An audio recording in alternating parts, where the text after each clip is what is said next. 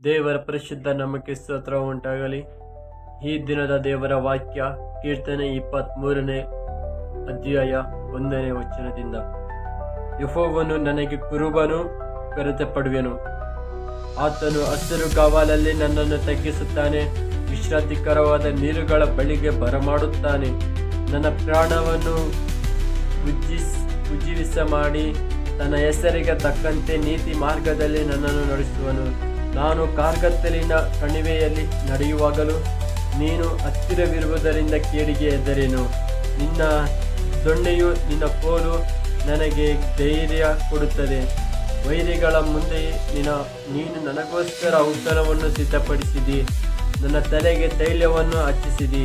ನನ್ನ ಪಾತ್ರೆಯು ತುಂಬಿ ಹೊರಸೂಸುತ್ತದೆ. ನಿಶ್ಚಯವಾಗಿ ನನ್ನ ಜೀವಮಾನದೆಲ್ಲ ಶುಭವೂ ಕೃಪೆಯೂ ನನ್ನನ್ನು ಹಿಂಬಾಲಿಸುವುದು. ನಾನು ಸದಾಕಾಲವು ಯೆಹೋವನ ಮಂದಿರದಲ್ಲಿ ವಾಸಿಸುವೆನು. ಈ ವಾಕ್ಯ ನಿಮ್ಮ ಜೀವನದಲ್ಲಿ ನೆರವೇರಲಿ. ಈ ಬೆಳಗಿನ ಜಾವದಲ್ಲಿ ನಿಮ್ಮನ್ನು ಆಶೀರ್ವದಿಸುವಂತನಾಗಿದ್ದಾನೆ. God bless you.